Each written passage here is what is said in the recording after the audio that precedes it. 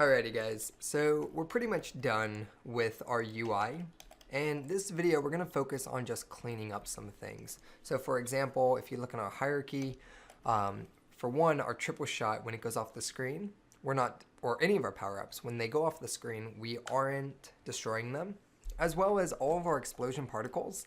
They're just empty game objects living in the scene view forever. So let's go ahead and clean this up. The way we're going to do that is the first thing we're going to do is our power up. Open up your power up script, and you'll notice here that we're not checking for when it goes off the screen. So that's really simple. We're just going to check for if it's off the screen, and if it is, we're going to destroy this object. So here we say if transform dot position dot y is say less than -7 on the y, and if it is, then we're going to say destroy this dot game object. Destroy this game object. Okay, now what about our explosion particles? So for the explosion particles, you'll notice here that we instantiate them when an explosion occurs, right? So if we look on the enemy AI, we instantiate them here.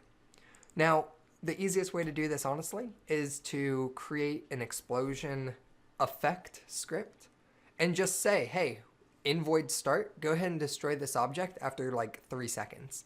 That way that gives enough time for the animation to automatically play, and then we can go ahead and clean it up. So let's go ahead and do that. We're gonna go to our scripts, right click, create C# script, and let's go ahead and create explosion effect.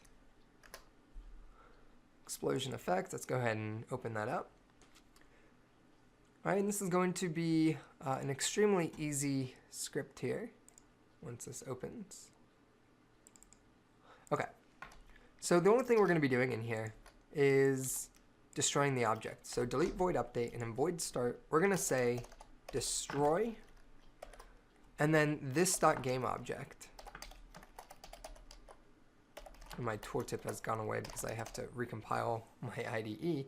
But essentially what we want to do is we're going to say destroy this .game object. Now if we just did this, it would destroy the object immediately and we wouldn't see the explosion. So instead, I'm going to hit comma and we can add a delay.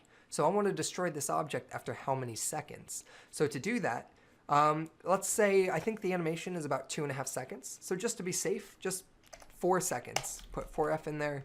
So when this script gets instantiated, what's going to happen is we're going to destroy the object after 4 seconds. Now, in order to make this work, you need to click on your explosion prefab. So here we have an explosion prefab, and then we have an enemy explosion. Select both of those, add component, and we want to add our explosion effect script. Alrighty, let's go ahead and save our scene, test our game, and now everything should be pretty clean in the hierarchy. So we'll go ahead and let that triple shot go off the screen.